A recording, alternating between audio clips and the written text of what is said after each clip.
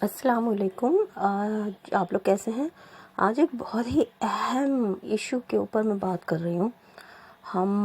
آپ اس کو ویڈیو کو آخر تک دیکھیے گا اور اس کو سبسکرائب، لائک اور شیئر بھی کر دیجیے گا پلیز۔ یہ بہت اہم بات ہے اور ہماری زندگیوں سے جڑی ہوئی ہے، تو میں زیادہ وقت نہیں لوں گی اور میں اپنی بات شروع کرتی ہوں۔ ہم ذکر کرتے ہیں سورہ احزاب کا، قرآن پاک کی، اور اس کی جو آیت نمبر ہے 37۔ یہ سورہ احزاب ہے، قرآن پاک کی سورت نمبر 33، اور اس کی جو آیت ہے وہ ہے 37۔ اس کے اندر ذکر ہے حضور صلی اللہ علیہ وسلم کے منہ بولے بیٹے زید بن حارثہ کا۔ تو ان کی شادی ہوئی تھی، حضور صلی اللہ علیہ وسلم نے ہی کرائی تھی، اور وہ تھی حضور صلی اللہ علیہ وسلم کی پھوپھی زاد بیٹی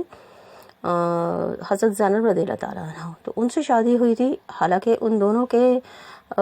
لیونگ اسٹینڈرڈ میں کافی فرق تھا، کیونکہ زید بن حارثہ جو تھے وہ حضور صلی اللہ علیہ وسلم کے منہ بولے بیٹے تھے، غلام تھے، اور آپ حضور صلی اللہ علیہ وسلم نے آزاد کر دیا تھا اور اپنی پھوپھی زاد بیٹی سے ان کی شادی کر دی تھی، حالانکہ وہ حضور صلی اللہ علیہ وسلم کے کہنے پر انہوں نے کری تھی شادی۔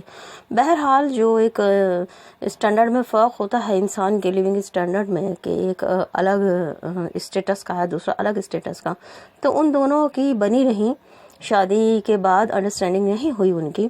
اور پھر ہوا یہ کہ ان کی طلاق ہوئی۔ تو حضور صلی اللہ علیہ وسلم کے پاس زید بن حارثہ بار بار آتے تھے اور وہ کہتے تھے کہ نہیں ان سے ہو رہا ہے، تو گھریلو زندگی اچھی نہیں چل رہی ہے۔ تو خیر بہرحال اللہ تعالیٰ نے پھر حکم دیا، آیتیں آئیں، اور پھر ان کا طلاق ہوا، اور اس کے بعد وہ طلاق ہونے کے بعد اللہ تعالیٰ کے حکم سے ہی پھر حضرت زینب رضی اللہ تعالیٰ عنہ کی شادی حضور صلی اللہ علیہ وسلم سے ہوئی، جو کہ اللہ نے خود کرائی۔ قرآن شریف میں یہ آیتیں موجود ہیں، تو آپ ان کی تفسیر بھی پڑھ سکتے ہیں اس کے اندر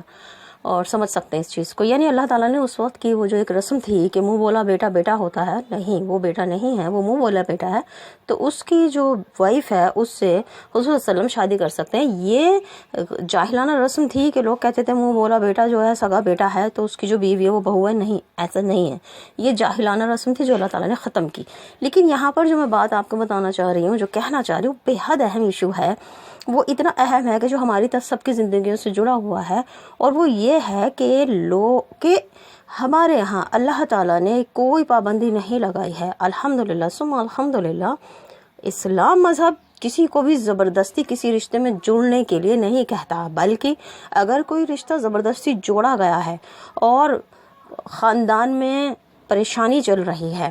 نفرتیں بڑھ رہی ہیں، ایک دوسرے کو گالی گلوچ کر رہے ہیں، ایک دوسرے کے اوپر کیچڑ اچھال رہا ہے، ایسا رشتہ نہیں رکھنا ہے، اس کو عزت کے ساتھ، بہتری کے ساتھ، آرام کے ساتھ ختم کر دینا چاہیے۔ ہمارے ہاں اسلام میں یہ بالکل بھی نہیں ہے کہ اگر لڑکی کو پریشانی ہو رہی ہے سسرال میں تو اس پریشانی کو جھیلتی رہے، یا اس کے اوپر مٹی کا تیل چھڑک کر آگ لگا دے سسرال والے اور وہ سہتی رہے، ایسا قطعی نہیں ہے۔ اگر کسی لڑکی کو اس کے سسرال والے تنگ کر رہے ہیں، یا اس کی انڈرسٹینڈنگ اس کے ہسبینڈ سے نہیں ہو رہی ہے، وہ جی ہی نہیں پا رہی ہے، اس کو گھٹن محسوس ہو رہی ہے، تو وہ الگ ہو سکتی ہے، آرام کے ساتھ الگ ہو جائے، اس کے اندر کوئی برائی نہیں ہے۔ جو غیر مذہبوں میں، خاص طور پر ہندو مذہبوں میں، بیٹی کو جو لڑکی کو جلا دیتے ہیں، تو اس سے بہتر ہے کہ طلاق ہو جائے، کیونکہ انسان زندہ تو رہے گا نا۔ دیکھیے پیچھے تھوڑی بہت آوازیں آ رہی ہوں گی، ظاہر ہے روڈ پر گھر ہے تو اکثر گاڑیوں کی آواز آتی ہے، تو پلیز اس کو اگنور کر دیجیے گا۔ تو بہرحال بات یہ ہے کہ ہمارے یہاں کوئی زبردستی نہیں ہے۔ یہ واقعہ میں نے آپ کو اسی لیے کوٹ کرا کہ جب حضور صلی اللہ علیہ وسلم نے اپنے منہ بولے بیٹی کی اور اپنی پھوپھی زاد بیٹی کی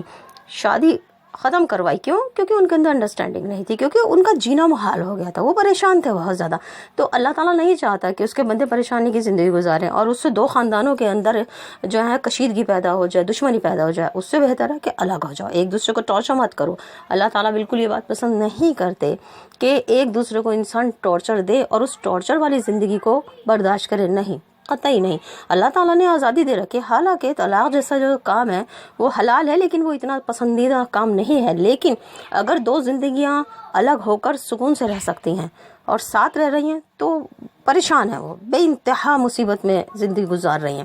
اس سے بہتر ہے کہ الگ ہو جائیں۔